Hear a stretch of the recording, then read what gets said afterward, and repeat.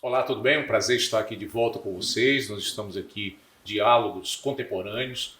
São temas que nós estamos debatendo aqui, promovidos pelo Centro Universitário Farias Brito, com o objetivo de discutir temas importantes, passar conhecimento e, sobretudo, estimular o senso crítico, não só da comunidade do Farias Brito, mas também para a sociedade cearense. E hoje nós temos aqui o prazer enorme de estar com uma pessoa muito especial para nós, que é a Juliana Alves. Juliana Alves, ela é secretária de Povos Indígenas do governo do estado do Ceará. A Juliana, também conhecida como Cacique Irê, ela é cacica da sua comunidade, dos povos indígenas Genipapo Canindé, e é uma articuladora nacionalmente também desse movimento dos povos indígenas. É um prazer muito grande, Juliana, recebê-la aqui. Teremos a participação também do professor Bernardo. Ele é graduado em História, hoje é mestrando em História pela UES e também professor aqui do Farias Brito. Então, muito prazer recebê-lo também, professor Bernardo. Eu vou iniciar aqui, Juliana, fazendo aqui um questionamento. Nós tivemos a Constituição de 1988, por sinal está fazendo agora 35 anos, né? Muitos debates, muitas comemorações, e interessante que na Constituição de 1988 há um capítulo sobre os povos indígenas, né? E lá se estabeleceu que cabe à União, cabe ao poder público, demarcar as terras indígenas no Brasil. E o primeiro questionamento é esse, porque a gente está vendo uma polêmica por uma decisão do Supremo Tribunal Federal que decidiu que não tem marco temporal. Os povos indígenas estão aí há milhares de anos. Alguns autores dizem que há 30 mil anos, outros há 10, 15 mil anos. Então, não tem marco temporal. E o Supremo tomou essa decisão. Já o Congresso Nacional, setores mais conservadores, a Frente Agropecuária, tem defendido que isso só poderia valer a partir da Constituição de 1988. Então, a primeira pergunta que eu queria fazer era essa. O que é essa história mesmo de marco temporal? Por que esse questionamento? Por que essa polêmica aí que está na mídia, nos meios de comunicação, outras posições que são muito diferentes, muito divergentes? Bom, professor, a tese do marco temporal, para a gente, significa com muita clareza a negação de direito dos povos indígenas no Brasil, né? A gente tem visto até como uma aberração mesmo do próprio sistema judiciário, né, da própria lei que nos rege enquanto povo brasileiro. Exigir que tivéssemos as terras indígenas demarcadas, homologadas, desintrusadas e registradas em cartórios como terra legítima da União, de uso e fruto para estes povos que aqui habitam, né, o nosso Brasil, para a gente é até estranhamento. Uma vez que a gente tem até nos dias atuais, e aí isso é muito retórico, porque a gente percebe que a situação de demarcação de terras indígenas no Brasil sempre foi muito defasado. Então, como em 1988, ter terras indígenas reconhecidas, demarcadas, e aí eu acredito que o nosso professor de História que está aqui comunga desse mesmo pensamento, porque até nos dias atuais a gente vê essa defasagem muito grande, né, do poder público, da União, de reconhecer a estes seres, a estes pares, a legitimidade dos seus territórios. Então, o marco temporal para nós é uma negação de direito que viola o direito dos povos indígenas, o que é garantido na Constituição Federal, e que a gente sabe muito bem, foi passado no STF, né? E aí tem essa discussão que está no Congresso Nacional, e a gente sabe por trás os fatores que se exige, que aí o agronegócio, a agropecuária, né? A bancada dos BBB, como é dito, né?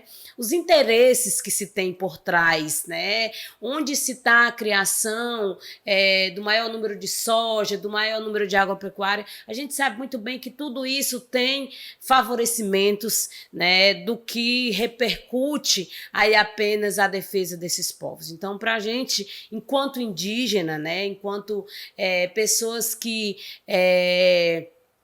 trabalham em prol dessa luta e desta causa, para a gente é uma retórica muito insatisfatória. A gente, em pleno 2023, a gente ainda tem que estar lidando com essa situação no Brasil. Perfeito. Professor Bernardo. Bom, primeiramente, um parênteses aqui, dizer que é uma satisfação muito grande estar com a nossa primeira secretária de povos originários. Obrigada, professor. E, ao mesmo tempo, um colega também de profissão, não é isso? Professor de História. E aí eu vou me socorrer de um, provavelmente, bastante conhecido seu, nosso ex-governador, professor Pinheiro, né? Referência nos estudos coloniais, que eu gostei muito da sua palavra e eu vou utilizá-la. Pensar o processo colonial brasileiro é pensar um processo sistemático de violência. Quando você me apresentou aqui, né, eu faço mestrado em ensino de história. Durante muito tempo, ensino e pesquisa eram vistos como dimensões separadas. Né? Hoje é exatamente o oposto. Tá? A gente entende o espaço do ensino não apenas como um espaço de currículo, um espaço de saber, mas um espaço de articulação com aquilo que a gente vem produzindo. Então a gente busca dizer, o papel do professor, em especial um professor de humanas, é trazer exatamente essa criticidade em cima do que nós chamamos de documentação histórica. Mas aí vem, a nossa ideia de mundo, e eu digo a chamada do branco, europeu, eurocêntrico, é baseado no chamado de direito positivo, que é extremamente refém do papel, do documento.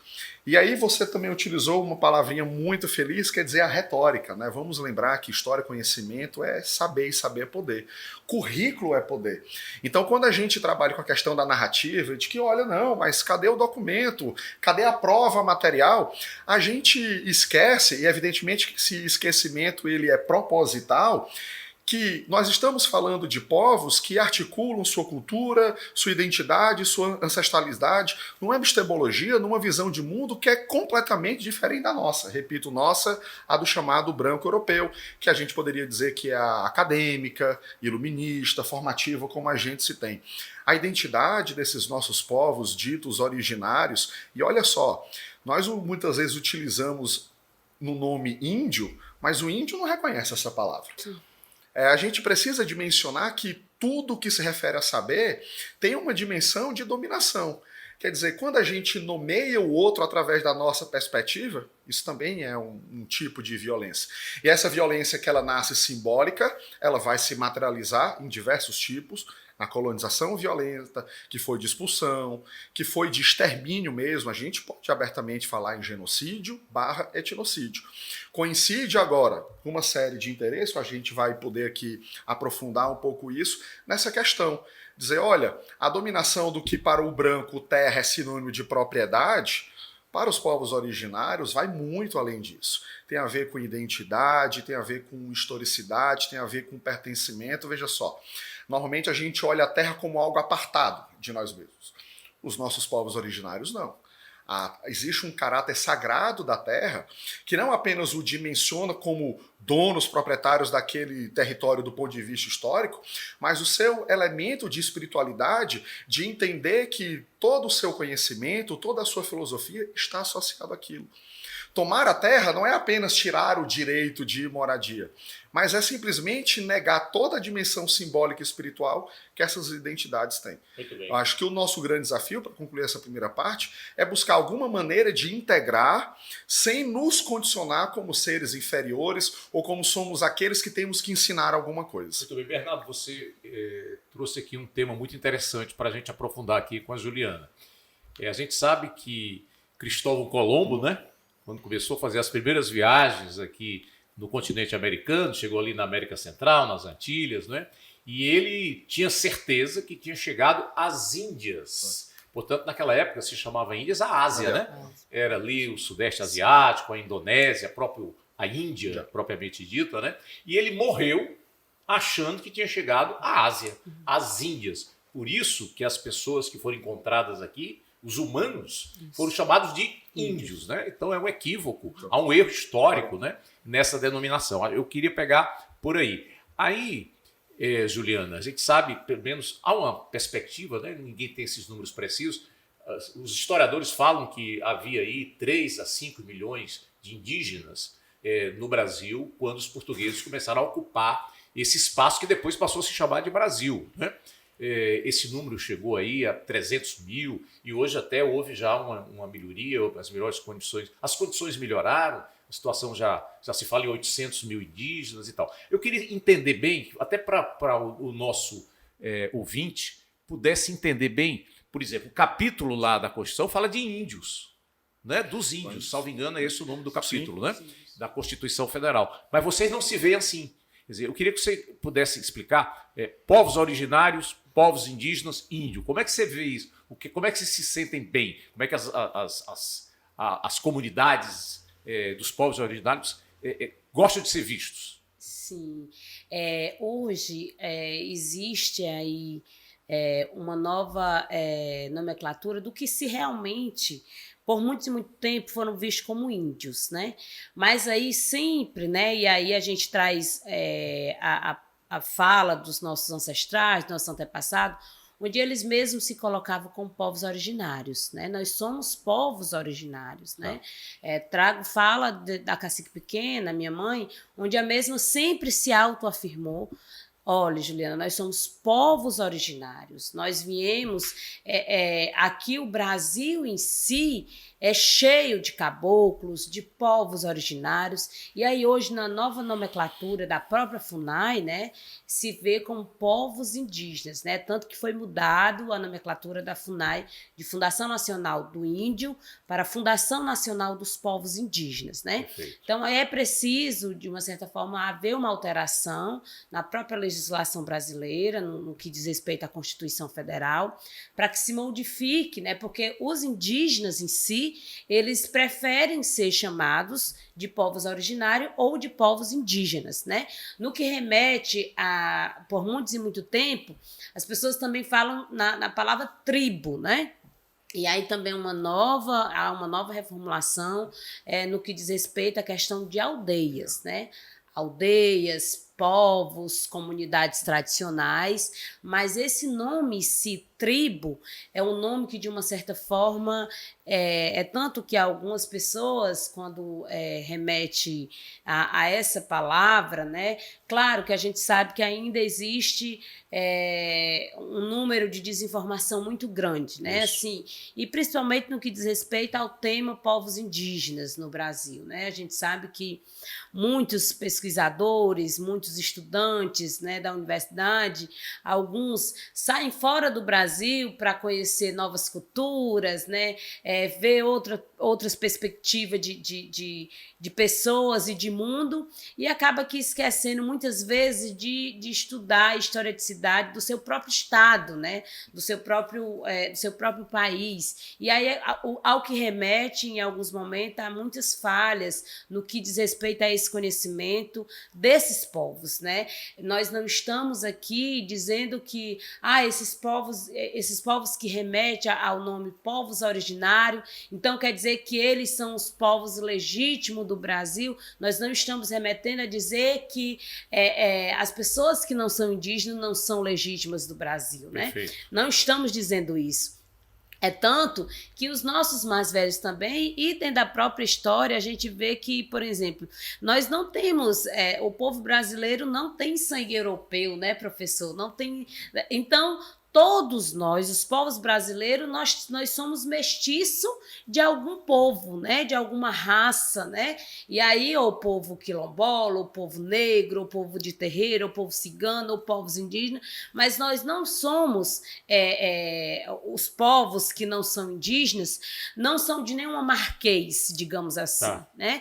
Então, muitas vezes, o que falta em nós para os não indígenas, né? Muitas vezes falta o próprio estudo da árvore genealógica da própria família, né? De onde eu vim, por que eu moro nesse bairro, por que eu estou nesse determinado lugar, o que os meus ancestrais fizeram para que a gente pudesse estar aqui, como é o caso dos povos indígenas. Os povos indígenas, eles têm, dentro das suas aldeias, eles têm a historicidade dos seus troncos velhos, né? Eles sabem. Então, se você chegar a perguntar, Juliana, por que você Conceição e Genipapo-Canindé. A gente consegue dizer por que nós chegamos a Genipapo-Canindé por uma série de situações vivenciadas no próprio território. Muito bem, muito boa. Professor Bernardo, você estava falando aí da forma como os portugueses que ocuparam, sobretudo os portugueses que ocuparam o Brasil, criaram legislações para os seus interesses, né? Você estava falando aí da questão das terras. Na época do Império, na época de Dom Pedro II, se criou uma lei chamada Lei de Terras, né, em 1850, onde só podia ter terra quem tivesse lá no cartório registrado. Ora, como que os povos indígenas iam ter terra registrada em cartório, se não é essa tradição, se não é a cultura deles, né? Isso é uma questão. A outra é a seguinte, nós estamos fazendo agora, está fazendo 160 anos, que em 1863, um decreto, não é, de um presidente da província, na época era província, que era império ainda, determinou que não havia mais indígenas no estado do Ceará. Como é que você vê isso? Como é que você consegue explicar isso do ponto de vista da história? Excelente questão, e é uma das coisas que a historiografia mais atual tem essa grande preocupação, né? Eu estava recentemente numa aula com o professor, vou citar o nome dele aqui, o professor Jailson, e ele estava chamando a atenção. Nós falávamos muito em resgate de alguma coisa. Ele disse, mas em primeiro lugar, historiador não é bombeiro para estar resgatando nada. Primeiro que o que passou, está perdido. O que a gente busca fazer é uma reconstrução, uma aproximação. Devido a isso, aí quem estiver nos ouvindo, né, talvez não esteja muito familiarizado com alguns termos próprios da historiografia. Quando a gente trabalha a ideia de documento, a gente trabalha esse documento dentro de um determinado processo histórico. Então não posso simplesmente olhar para trás e fazer um condicionamento, um julgamento moral. A gente precisa compreender, como você muito bem começou. Agora, a gente precisa, através desse processo, entender que é um processo. E é um processo de silenciamento, apagamento. Exatamente porque o contexto da época é um contexto que parte do princípio que aquilo que é civilizado é aquilo que é intelectualizado, formalizado através do que nós chamamos de ciência. Então tudo que está fora é inferior. Se é inferior, justamente aquele que é superior tem a missão civilizatória de levar esse dito progresso. Então eu passo a condicionar toda a materialidade da minha existência baseado nessas ideias. E aí eu vou, direto ou indiretamente, justificar todos os tipos de violência. Ora, a Lei de Terras, o que ela vai fazer é apenas oficializar a grande propriedade no Brasil. Então, o grande proprietário de terra, o que já era dono das grandes fazendas, o que já era comerciante, traficante, escravo, esse tinha como comprovar o seu documento. Então, ele vai ter isso. Quando o presidente de província simplesmente decreta que não há indígenas no nosso país, em pleno século XIX, aí fazendo também um outro parênteses histórico, a gente está num momento em onde novas ciências vão começar a surgir, e aí a gente começa a dar a ideia de um Brasil, tá? Esse Brasil começa a ser pensado, e pensado dentro do ponto de vista europeu. Então a gente precisa, em primeiro lugar, embranquecer a nossa população. Em segundo lugar, ter como referenciais aquilo que era dito moderno e civilizado. Quando muito, a gente entende que os outros povos nos deram contribuições. Aí a gente tem, por exemplo, o Dia do Índio, né, que foi pensado na época do governo Vargas, que é isso, aí disse, olha o índio, tão legal, ele nos deu umas comidas, ele nos deu um banho, a rede, quer dizer, são sempre coisas muito pitorescas.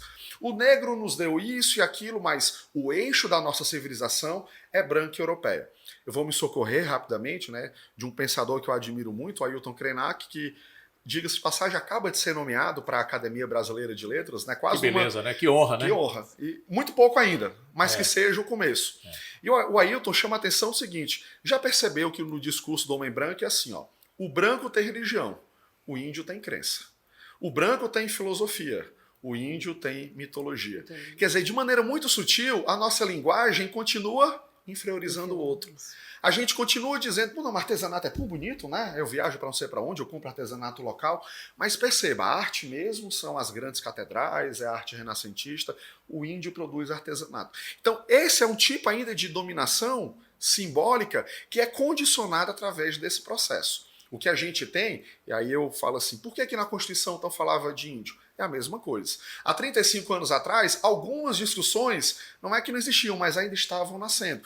Faz parte do processo História, como toda humanidade, é você estar sempre questionando o poder. E questionar o poder é tensionar. A gente tensiona do ponto de vista teórico, é por isso que é tão importante ter o indígena falando por si mesmo.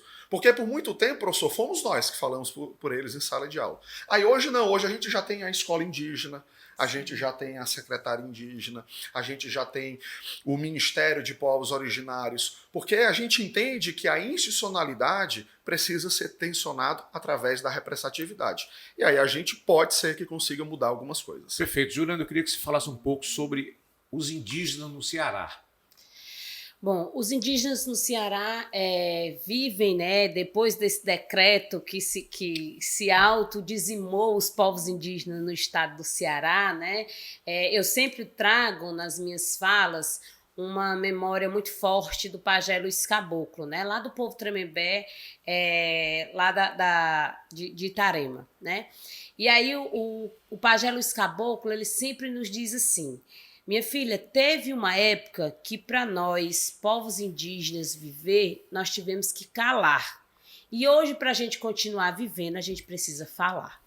Então, para você ver aí a contradição, né, do que se lá atrás existiu para hoje, né? Então, assim, nesse ponto de vista do que a gente observa, né, dessa carta que foi feita, da negação da presença de indígena no estado do Ceará, e aí a gente traz aí a memória de Dom José, quando mesmo, né, através da Igreja Católica, foi visitar uma das primeiras comunidades indígenas aqui no estado do Ceará, foi o povo Tapeba, né? E aí se percebeu a diferenciação e o povo Tapeba já dentro da sua organização de comunidade, de povo, já estava já fazendo seu levantamento e sua autoidentificação enquanto indígenas, né?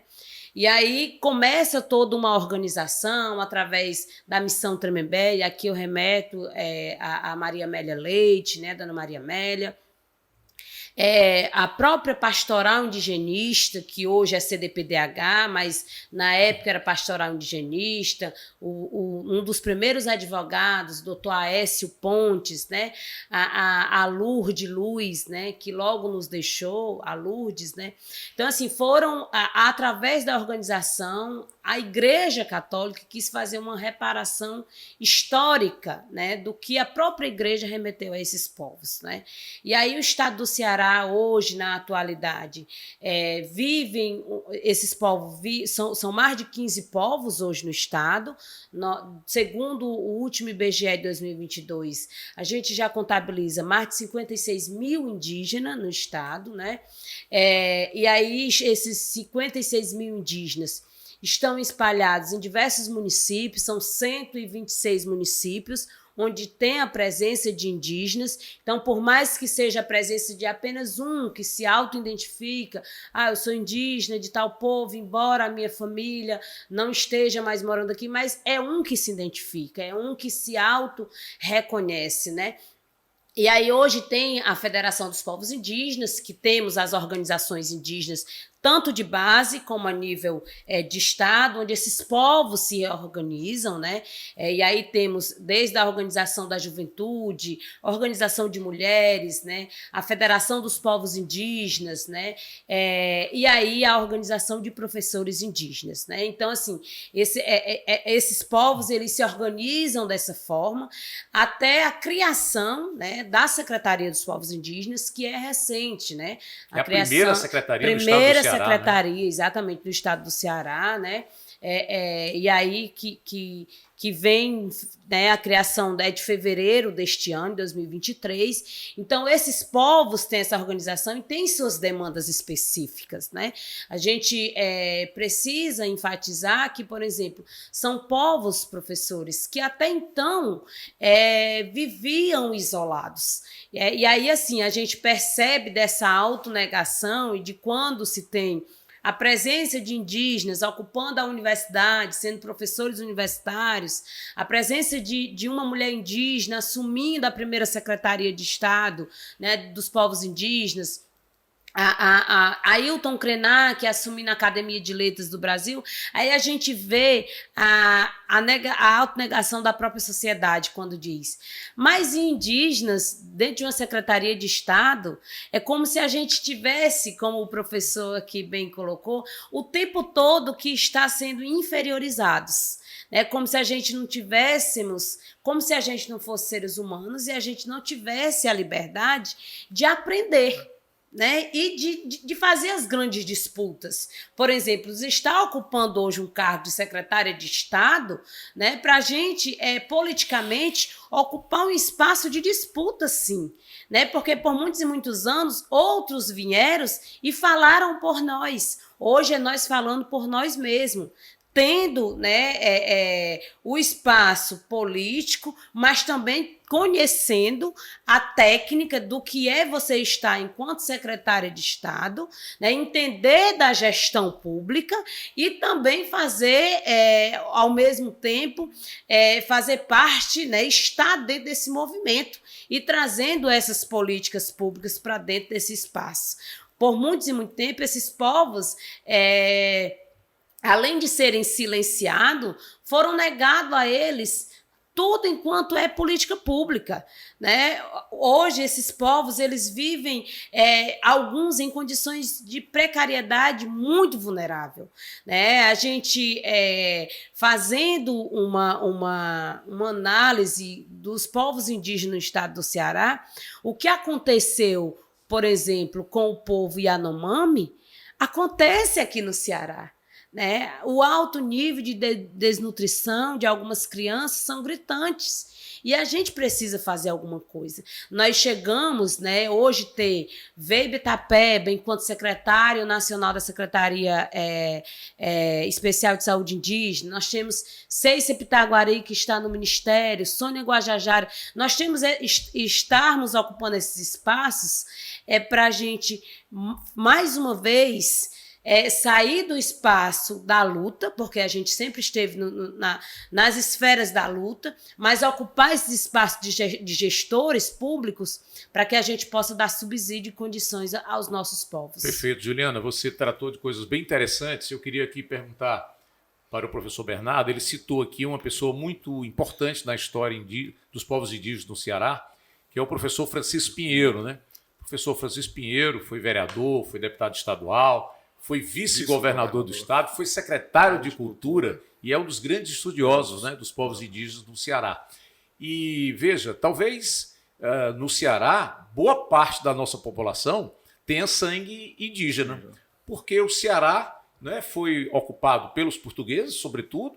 Né? Aqui nós não tivemos uma cultura forte de cana-de-açúcar, portanto, claro que houve pessoas escravizadas, né? Houve sim, sem dúvida, mas não na quantidade de Pernambuco, do Maranhão, da Bahia, do Rio de Janeiro, né? De Minas Gerais, né? Na época do ciclo do ouro, não tivemos o ciclo do ouro, o ciclo da cana-de-açúcar. Então é possível até que nós tenhamos, boa parte da nossa população, esse sangue indígena. Né? E algo que a Cacica Irê colocou, a Juliana colocou, muito importante, é que a gente vê esse orgulho de ter sangue indígena. Eu vejo as famílias, eu sou Tremembé, eu sou Genipapo Canindé, não é? Eu sou Tapeba. Quer dizer, isso algumas décadas atrás a gente não escutava, como tentasse até mesmo os próprios indígenas tivessem um certo receio, né, de se colocar. Como é que você vê isso, essa evolução que aconteceu no Ceará, mas no Brasil de uma maneira geral nos últimos anos? Primeiramente, a questão mesmo de autoafirmação, tá? Eu imagino que se a gente fizesse um censo anual, esse número possivelmente iria sempre crescendo, porque tem a ver exatamente com as questões que nós estamos falando. Né? A partir do momento que você tem uma narrativa ou uma contranarrativa a essa narrativa hegemônica, em que dizia que o Ceará não tinha negro, que o Ceará não tinha indígena, e assim mesmo com o Brasil, você abre a possibilidade daquelas pessoas que muitas vezes tolhidas pelas violências, os preconceitos cotidianos, muitas vezes ficavam lá silenciosamente. Hoje diz, não, eu sou isso. Eu digo, olha, como professor de história, eu sempre tento me colocar aberto. Mas assim, me lembro que foi um choque a primeira vez, né, aqui na escola, em que uma aluna levantou a mão numa aula sobre e disse assim, professor, eu queria dizer que eu sou indígena. Assim, como assim? Como assim você? Não, eu sou indígena mesmo. Mas por quê? Porque eu estava acostumado a vê-la chegando com um bom carro, morando numa condição. Quer dizer, ali foi um choque de assim, puxa vida, o meu preconceito interno não está de acordo com o meu discurso aqui em sala de aula, porque a gente criou um estereótipo. E o estereótipo é do índio que no dia do índio a gente muitas vezes convida para ir na escola, para vender um artesanato, para apresentar uma dança, para falar alguma coisa curiosa. Aí eu quero voltar rapidamente, pedir licença para a gente pensar um pouquinho esse processo colonial. Tá? Para o nosso espectador aqui, o Ceará passou por um processo que nós chamamos de colonização tardia. Ou seja, o nosso processo de ocupação foi um pouquinho depois do que as principais regiões que você acaba de falar. Exatamente porque a nossa geografia não condizia com o cultivo da cana. Então, aproximadamente um século depois é que essa ocupação vai acontecer e como no restante ela foi bastante violenta. Né? E o professor Pinheiro tem um texto que ele fala sobre isso, aí olha que curioso. No final dos anos 1600 e início dos anos 1700, que essa ocupação se dá de fato, houve uma guerra de extermínio contra os nossos povos e olha como é que ela foi denominada. Guerra contra os bárbaros. Quer dizer, o próprio processo mostra que a gente se refere a esses povos era primitivos, quando muito autóctones, mas principalmente bárbaros e selvagens. E quem eram esses bárbaros e selvagens? Veja só, se por acaso eles aceitassem passar pelo processo de conversão religiosa, eles estariam salvos da escravidão. Se eles não aceitassem, eram tidos como inimigos da coroa e estava liberado pelo próprio poder espiritual da época, a Igreja Católica, matá-los mesmo, tá? Por quê? Porque a ideia era utilizar a terra como unidade produtiva. Não se entendia a terra como que a gente já falou aqui. Mas veja só, aí alguém pode estar nos ouvindo assim, mas qual o problema ele se converter? Veja muitos. A primeira coisa que acontecia quando esse indígena era aldeado dentro das missões católicas era perder o próprio nome. Ele tinha que absorver o nome católico, ser batizado, cristão, né? Ser batizado. Existe violência maior do que você mudar de nome, é você perder a sua identidade, é você perder a sua ancestralidade, quer dizer, vai muito além da questão material. Então a gente condicionou, e aí quer dizer, ao longo de 3, 4 séculos de processo, que a gente foi naturalizando essas questões como sendo naturais. De maneira que até recentemente o Estado brasileiro, ele ainda era pensado como um Estado que tinha que integrar o índio. Puxa, mas integrar é maravilhoso, não? Levar a progresso, modernidade. Integrar também é apagar. Integrar também é violentar um tipo de vida que é completamente distinto do nosso. E aí muito interessante o que você falou, que assim, o fato de se afirmar como um povo originário não significa dizer que a gente está tirando a legitimidade. É que a gente precisa parar de pensar de uma maneira muito dual. Ou é uma coisa ou é outra, ou é certo ou errado, não. Por que a gente não pode ter uma coexistência pacífica? Por que a gente não pode, aí sim, aprender verdadeiramente com o outro? Esse é o sentido, né, que as ciências humanas trouxe de alteridade. E aí a alteridade, muito mais do que deixar o outro viver como ele deseja, voltar à minha fala lá inicial, permitir que o outro se autonomeie, entendendo que a linguagem também representa simbolicamente uma forma de dominação. Então é um trabalho provavelmente eterno, um trabalho que não tem fim, é um trabalho realmente de longa duração, mas aí é uma percepção meramente pessoal, nenhum dado acadêmico científico. Acredito que a gente tem conseguido muitos avanços, mas olha como é questão de referencial. Muitos avanços talvez do meu ponto de vista. Do ponto de vista desses povos, eu não sei se está na velocidade do que eles desejam e do que eles necessitam, não. Oh, muito bem. Juliana, ainda para essa, eu deixo uma dica até para essa fala, professor, que para que as pessoas possam entender mais um pouco sobre, assistam o filme A Missão. Que esse filme ele retrata... Com Robert De Niro, não é isso? Isso, ele retrata tudo o que esses povos vivenciaram, o seu cotidiano, lá quando tinham que ser catequizados de uma forma ou de outra. Vamos aqui colocar o Ceará aqui nesse nosso debate. A Juliana falou da missão, né? Parangaba, sim. Os jesuítas criaram lá uma missão aldeamento, havia lá indígenas, né? Eles aldearam da forma que eles queriam, com agricultura, catequizando, evangelizando, tornando aqueles indígenas cristãos.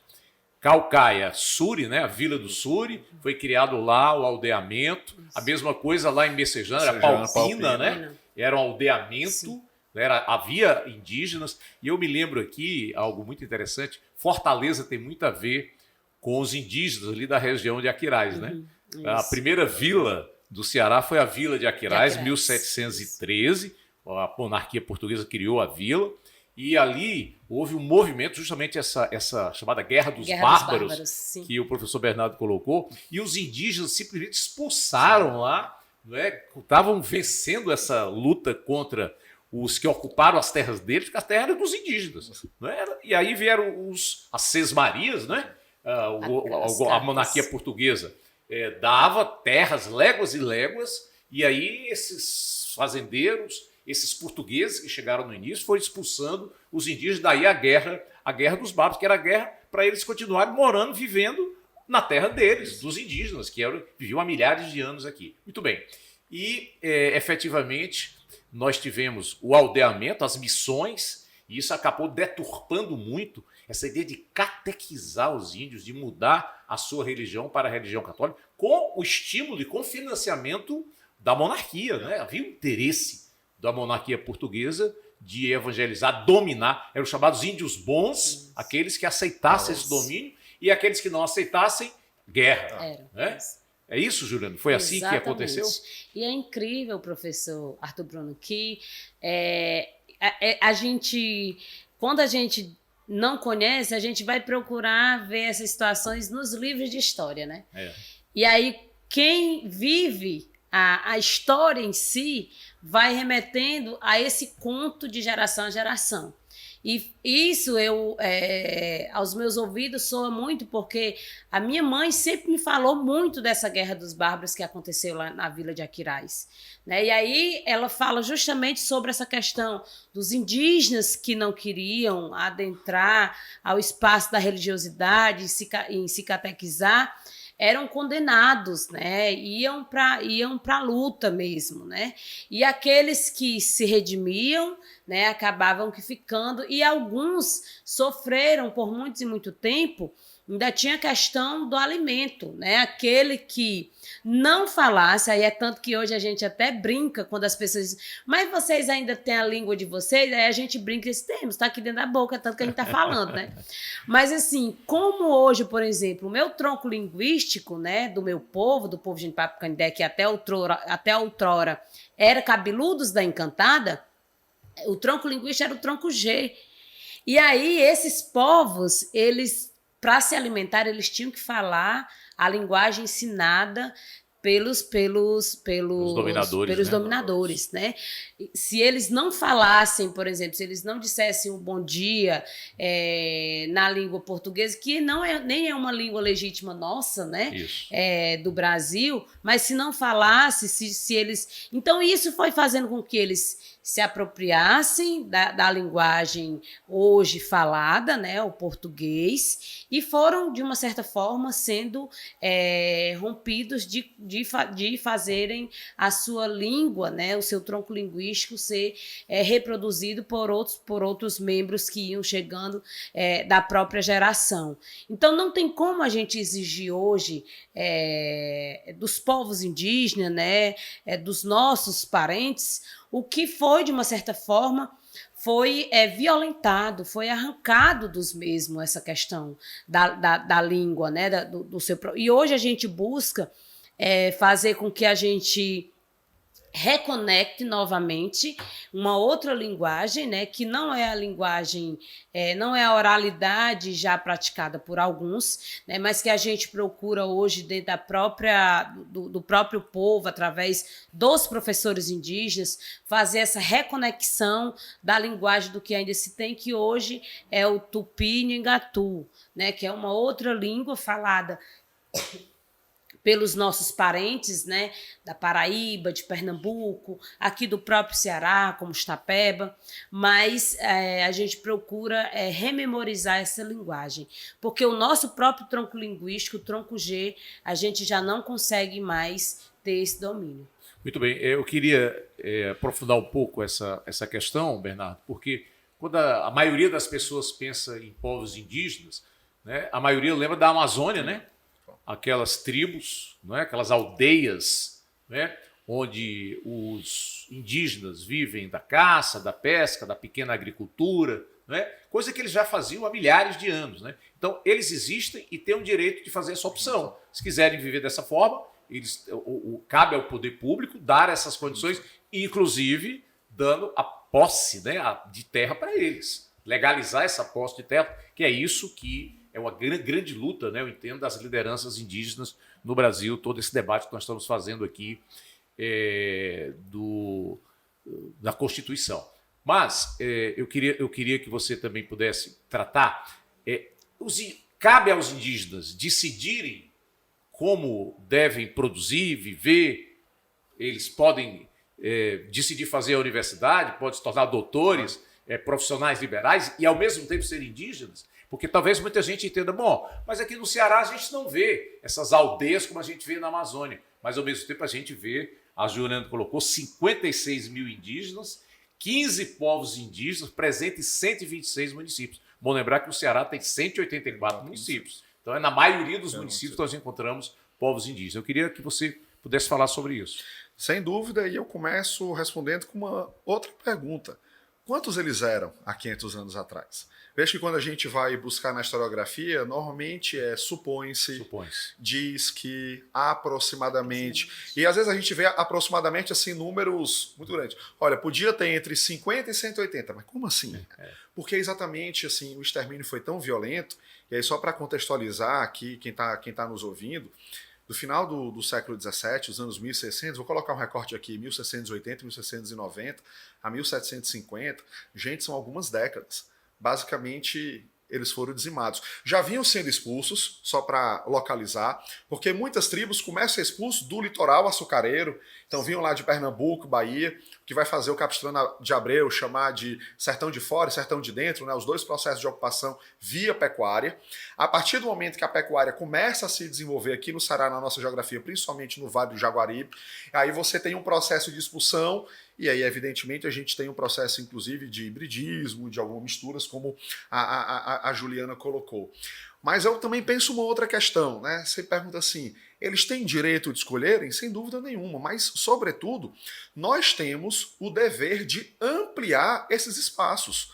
Olha, se o indígena quer ir para a universidade, mas que seja não apenas para estudar a nossa ciência, a nossa história, a nossa biologia, enfim, mas que a gente abra espaço para outras formas de saber também. Porque é exatamente isso que dá legitimidade ao outro, quando a gente passa a conhecer que o outro é igual como nós. Não é apenas que, beleza, ele existe, repito, o Estado brasileiro tem que deixar de tratar o nosso indígena como o pobre coitado. Aí a gente mendiga algumas coisas, dá algumas esmolas, não. Indígena é um ser autônomo, dono de si, e por isso, como qualquer brasileiro, tem direito de escolher a sua forma de vida. Cabe o Estado garantir, mas, sobretudo, criar espaços de representação para que a gente possa naturalizar outras formas de ver o mundo.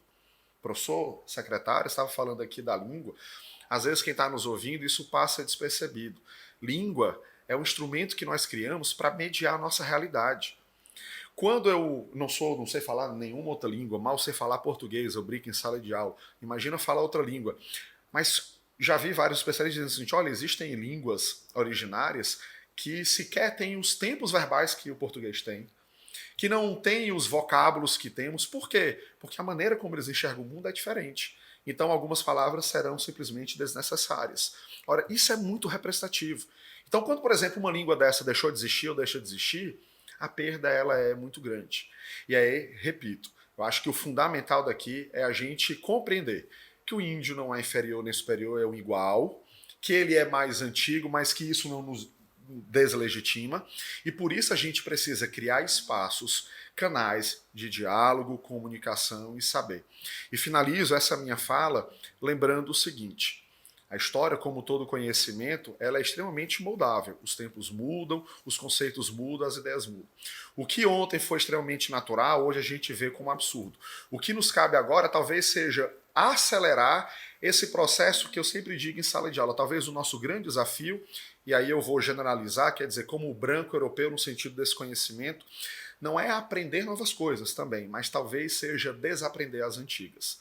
Algumas amarras, alguns preconceitos, alguns bloqueios sociais e alguns estereótipos são criados disso. Talvez a gente precise desaprender algumas coisas para que talvez a gente comece a abrir para o que é novo para a gente. Mas como o senhor bem disse lá no começo, é bastante antigo. Muito bem, muito boa observação, Bernardo.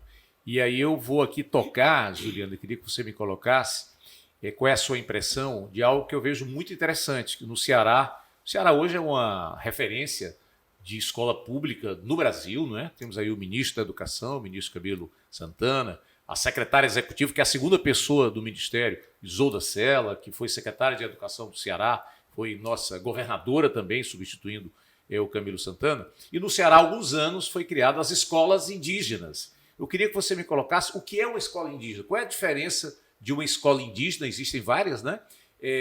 Para uma escola padrão, comum, aqui, pública do estado do Ceará. A gente diz que as escolas convencionais, né, elas se diferenciam dentro do seguinte aspecto, né? Primeiro que a gente vai estar ali fazendo a construção de uma escola que nasce de uma luta. A gente costuma dizer que as escolas indígenas, elas nascem da luta pela Mãe Terra, né? E elas devem se voltar para a luta pela Mãe Terra, né? Então, onde uma escola indígena, o que se diferencia? Primeiro, os professores que são indígenas, né? São professores, a gente faz as seleções, né?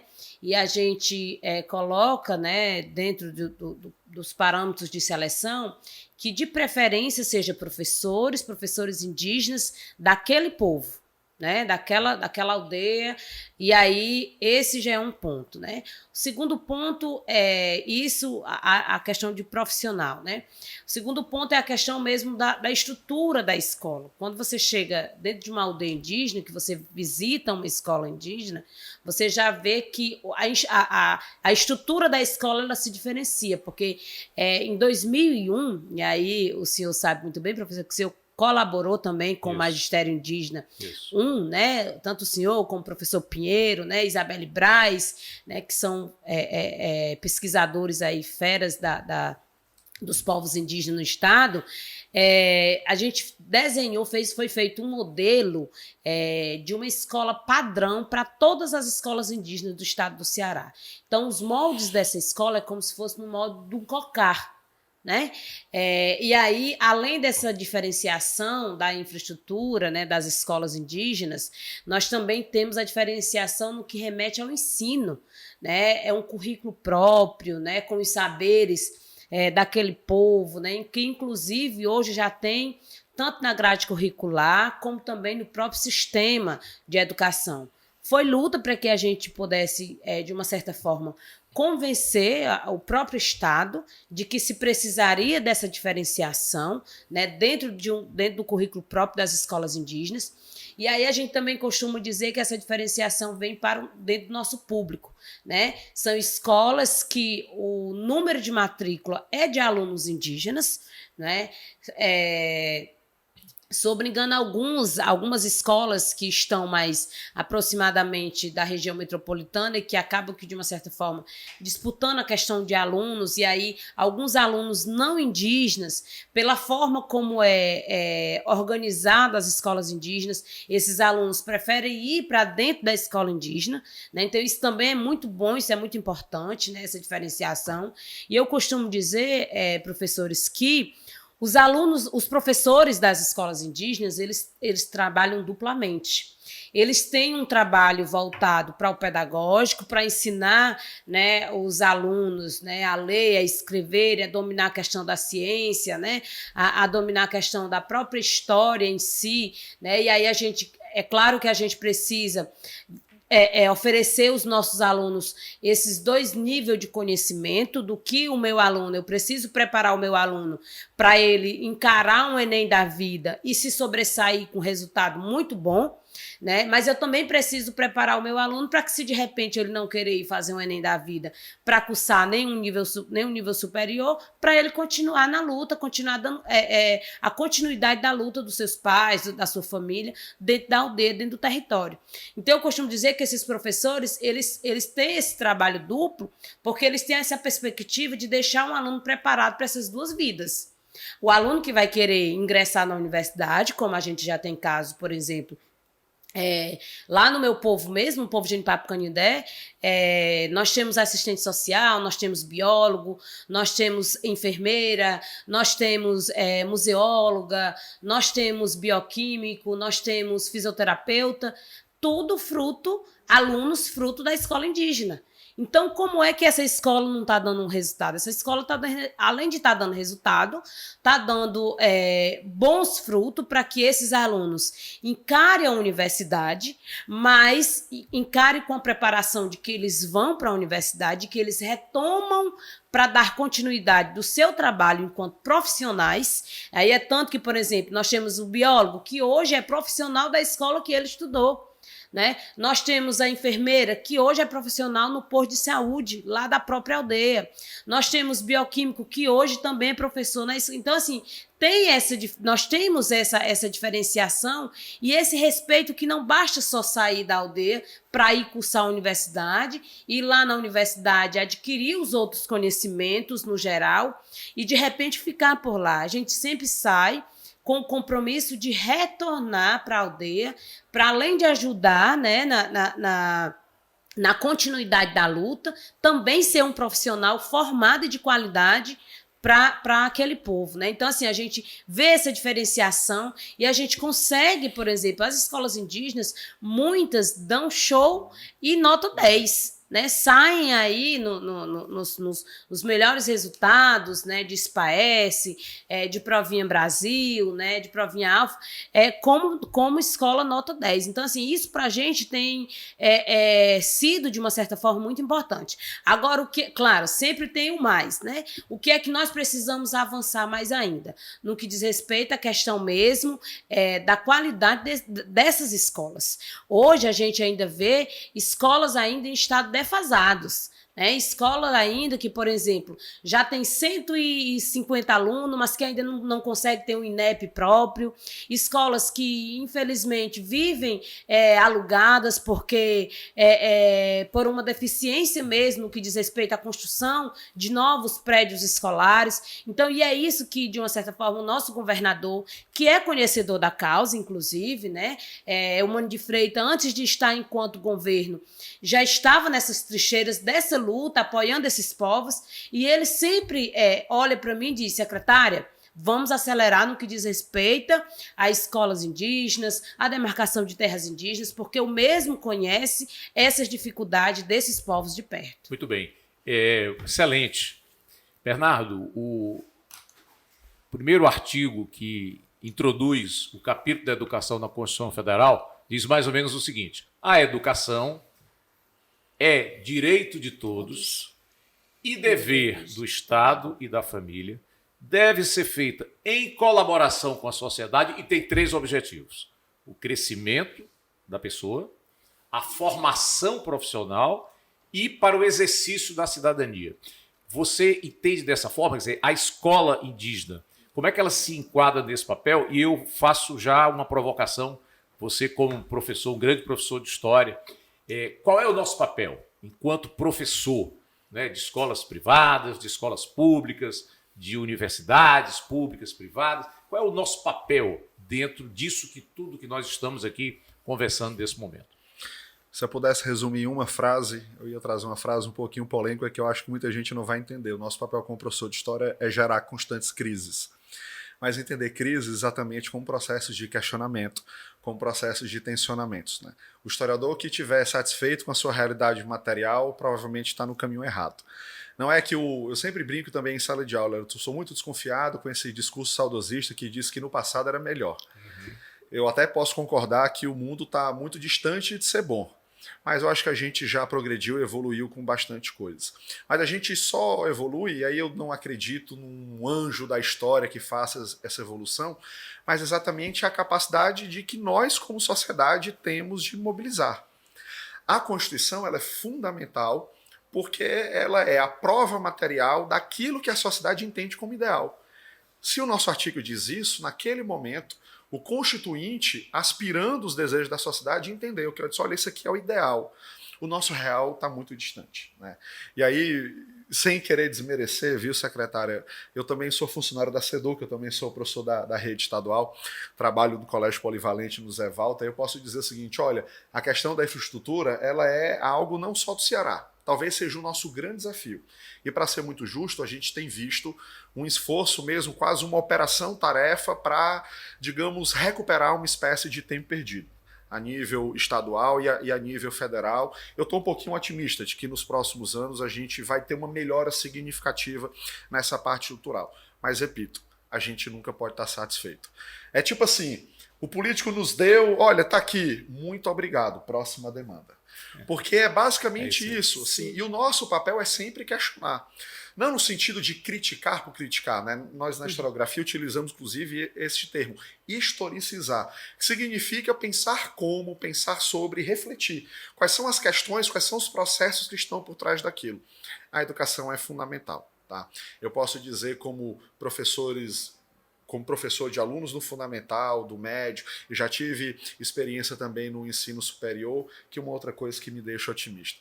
Eu sempre conto isso rapidamente. Já tive em sala de aula aqui, aluno de 12, 13 anos, de levantar aula sobre colonização e dizer assim, professor, eu queria dizer uma coisa, o que é? Olha, eu queria dizer que o meu pai, a minha mãe, o meu tio, a minha avó são racistas. Eu disse, opa, peraí, calma, como assim? Mas é porque ele já tem um entendimento que outras gerações naturalizaram determinadas coisas que a gente já não pode naturalizar. Isso eu vejo com muito otimista, sim. A juventude tem uma série de questões, mas eu acho que é muito positiva essa abertura que o jovem tem ao outro, ao diferente e aprender essas coisas novas. Então eu sempre digo, a escola, ela precisa seguir o caminho da universidade. Em que sentido? A universidade é o universo no uno. Ela é a diversidade, ela é a pluralidade. A escola precisa ser isso também.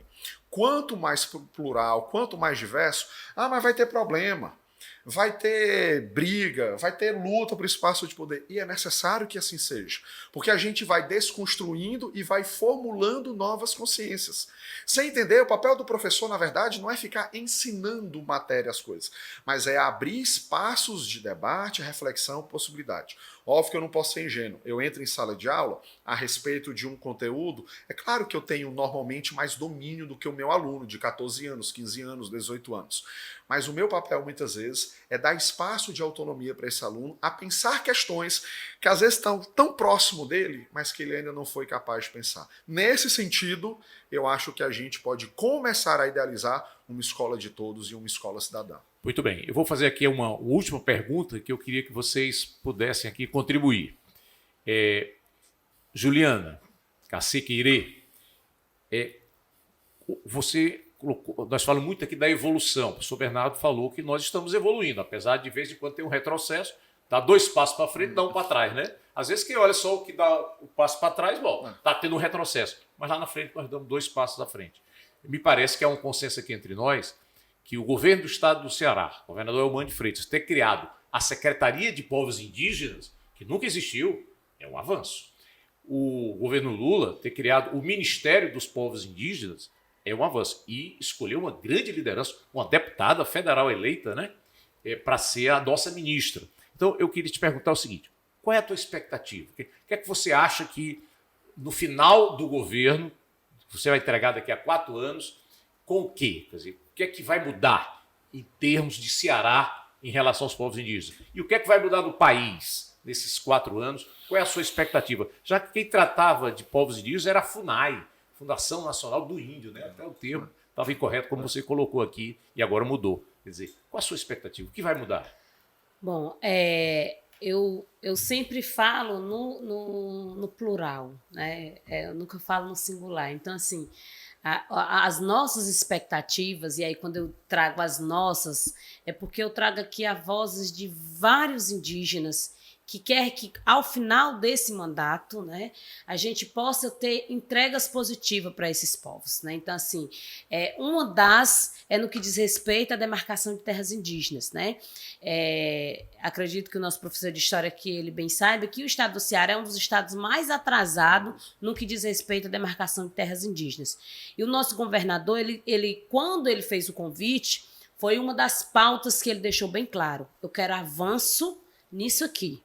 né? Então, assim, é tanto que nós estamos trabalhando muito, eu juntamente com o camarada João Alfredo, do IDACE, né? Nosso superintendente, para que a gente possa avançar, e aí João Alfredo tem feito grandes agendas dentro dos territórios indígenas, né, indo lá mesmo para ver se a gente consegue, a gente já percebeu que a lei Wilson Brandão, ela não equipara ao que diz respeito aos povos indígenas, os territórios dos povos indígenas, precisa passar por uma reformulação, e é o que a gente tá fazendo, né, para ser alterado, né, e aí, assim, esse é um dos pontos, para que se tenha esse avançamento, né, então a gente tem essa expectativa de que quando a gente chega em 2026, a gente avançou em tantos territórios indígenas.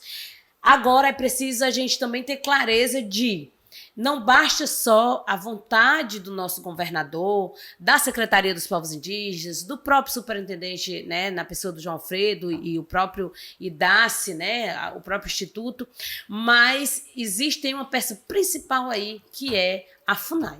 A FUNAI, ela precisa querer que essa celeridade ela aconteça de fato, né? E aí, para que isso aconteça, a FUNAI precisa dar as autorizações que a gente precisa, para que a nossa equipe de Estado possa adentrar dentro dos territórios para fazer tanto os estudos antropológicos como sociólogo, como também colocar em alguns processos, por exemplo, nós temos 4 terras indígenas que diante de um termo de cooperação que foi assinado em 2018 pelo nosso ex-governador Camilo Santana, nós temos 4 terras indígenas para que se tenha avançamento na demarcação física. E esse termo de cooperação é para que o IDACE pudesse fazer a equipe técnica do IDACE ir no território e fazer a implantação das placas como uma terra demarcada fisicamente. E até então, nós estamos aguardando a FUNAI devolver esse termo de cooperação assinado. Então, não basta só aqui o Estado querer avançar. É preciso que a FUNAI, a Fundação Nacional, Brasília, queira esse avançamento, né? Então, inclusive, nós estamos indo amanhã, dia 17, estamos indo a Brasília, eu, João Alfredo e o coordenador regional aqui da FUNAI, que inclusive é um indígena também, que é o Tiago Halley, do povo Anassé. Estamos indo a Brasília, ter uma reunião com a Joênia para que a gente possa dar celeridade a esses processos no que diz respeito à demarcação de terras indígenas no nosso estado. Esse é o primeiro ponto. O segundo ponto é com relação à questão, professor, das políticas públicas de estados que não chegam até os territórios. Um dia desse a gente estava num grande evento há uns dias atrás com a secretária Onélia, né? E aí a gente se emocionava, secretária, né? Onélia, que é a secretária da SPS, né? Da Secretaria de Proteção Social, né? Que trata das políticas de assistência social no estado. Exatamente, né?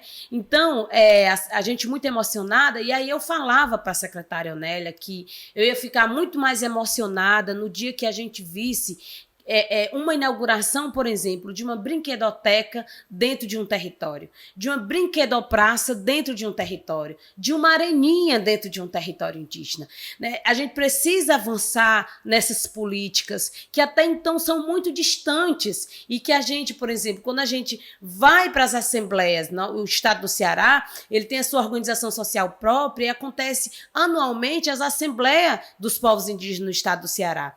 E nós estivemos esse ano, né, na 27ª Assembleia, que inclusive tivemos a presença do nosso governador lá, anunciando o primeiro edital do concurso público específico para professores indígenas, né?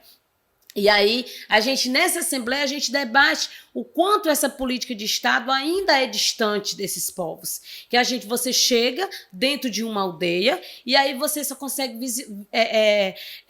visionar. A única coisa é claro que para a gente é tudo muito sagrado, desde a terra, desde o território, mas você só consegue ver de um lado mata, do outro lado rios e lagos, né? Em alguns tem a presença de cachoeira, em outros tem a presença do mar, mas é o que você consegue ver. Você não consegue ter a assistência de uma brinquedopraça dentro de uma aldeia dessa, você não consegue ter, por exemplo, a assistência de uma areninha dentro de um território desse, para que a gente possa dar esse apoio à nossa juventude. A nossa juventude, muitos que não querem sair para estudar, para fazer universidade, né? Muitos passam pela essa questão da ociosidade, de ficar, porque a gente também tem que entender que os jovens indígenas, eles não querem mais ir também para a roça, não são todos que querem vivenciar a agricultura como seus pais vivenciaram, né? A primeira coisa que dizem é, não, a gente prefere ir pegar uma máquina fotográfica e tirar fotos, né? Mas a gente não quer pegar a enxada e... Então, assim, a gente precisa, de uma certa forma, acompanhar também isso e dar subsídio para esses jovens. Então, a gente quer que em 2026 a gente termine o mandato, mas termine dizendo, olha, a gente deixou o nosso nome aqui, a gente deixou o nosso nome ali, ou a gente deixou o nosso nome em todas as aldeias indígenas do estado. Muito bem. Professor Bernardo, Juliana Alves, secretária, Cacica Irê, secretária de Povos Indígenas no Ceará. Sônia Guajajara, da Nação Guajajara, né, ministra dos Povos Indígenas do Brasil. Qual a sua expectativa dessa institucionalidade, né, criada e o que esperar no final desses governos? De maneira rápida e sucinta, são basicamente 3. Primeiro, que seja apenas o começo. E que essa estrada vá se alargando cada vez mais. Que isso deixe de ser, de certa maneira, curiosidade, pitoresco, para se transformar na normalidade. Acredito que nós, como nação, estaremos realmente maduros no dia que a gente encarar essas diferenças como algo normal. E aí sim, talvez a gente possa falar em integração. De entender que a minha identidade, eu como Bernardo, você como Bruno, João, a Francisca, somos brasileiros porque somos resultados dos caboclos, das pagelanças, das ancestralidades negras africanas, do sangue branco europeu, tudo isso integrado, ressignificado dentro de um outro presente. A segunda expectativa é que isso não se conforme apenas na institucionalidade. E que essa institucionalidade seja, evidentemente, uma porta-voz, mas que os movimentos se tornem cada vez mais ativos, que esses movimentos sejam realmente cobradores, quer dizer, o grande risco, né, sem filosofar dentro da política, mas o grande risco dessa institucionalidade é haver uma certa acomodação. E é tudo isso que não pode acontecer. E a terceira óbvia expectativa é que isso se torne, de maneira prática, políticas públicas execuíveis. Aí eu volto para o primeiro ponto. Que crie condições o mais rápido possível de a gente ter essa naturalidade. Finalmente, esse encontro de processos históricos, quem sabe de repacificação. E aqui, sem nenhum nacionalismo bobo, eu acredito que nós, como nação, Brasil, aí eu vou falar um pouquinho mais do que como Ceará, acredito que quando a gente pacificar o nosso passado, já diriam, né, que nós temos um longo passado ainda pela frente, né? Quando a gente pacificar o nosso passado, pode ser, quem sabe, talvez, a gente sirva de alguma coisa de exemplo para o restante do mundo. Pode ser que talvez, nesse sentido, uma espécie de missão civilizatória do Brasil não seja colonizar, não seja explorar, seja mostrar com exemplos internos que sim, é possível viver novos ecossistemas de vida diferente. Bom, muito bem, nós queremos aqui agradecer a nossa secretária de Povos Indígenas, secretária de Estado, Juliana Alves, Cacique Irê, agradecer ao professor Bernardo, que é professor aqui do Sistema Educacional Farias Brito, isso nos honra de ter um professor da casa com essa visão, né? E agradecer a você que acompanhou mais um Diálogos Contemporâneos. A ideia é essa, a gente debater assuntos que possa evoluir a sua maneira de pensar, de questionar, de ver o mundo, né? E que possa ter também mais elementos para a sua formação de opinião. Muito obrigado, mais uma vez, pela audiência de vocês.